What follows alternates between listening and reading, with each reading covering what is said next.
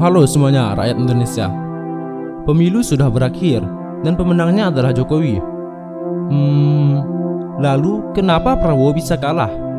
Nah, inilah hasil analisis kami yang menyebabkan Prabowo kalah dalam pemilu tahun 2019 ini.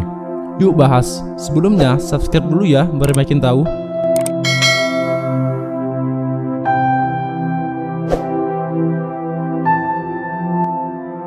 Yuk bahas lagi.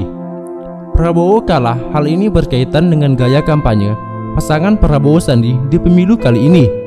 Sebenarnya, bukan Prabowo Sandi yang menginginkan hal seperti ini, tetapi euforia tim kampanye, masyarakat pendukungnya yang lebih menitik beratkan pada gaya kampanye kelompok identitas tertentu, dalam artian kurang inklusif atau kurang menyasar ke semua kelompok masyarakat.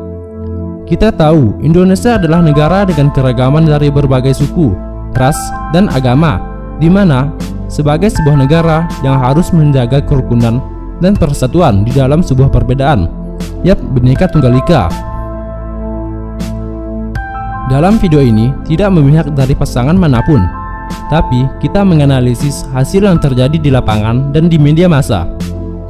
Contohnya saja pada akhir-akhir kampanye, sebuah kesalahan yang dilakukan oleh Prabowo, yaitu kampanye akbar di GBK, di mana terlihat lebih kepada kampanye identitas dari kelompok tertentu.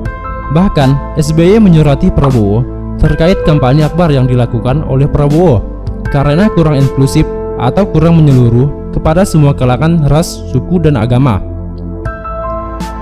Seperti yang kita tahu, dan silahkan Anda berpendapat sendiri, karena negara kita demokrasi.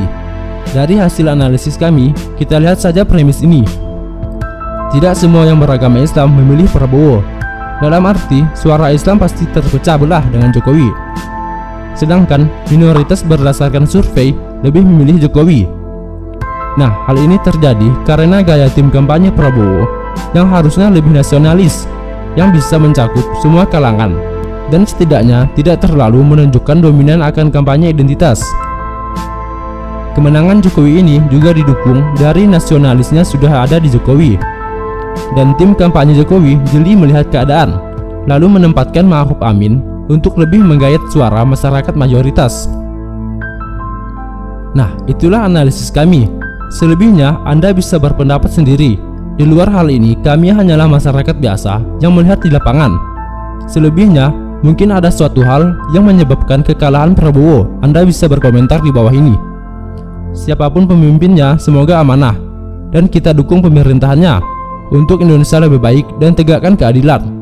Berikan hak-hak mereka dan tidak ada penindasan dari kaum kapitalisme di tengah zaman ketimpangan ini.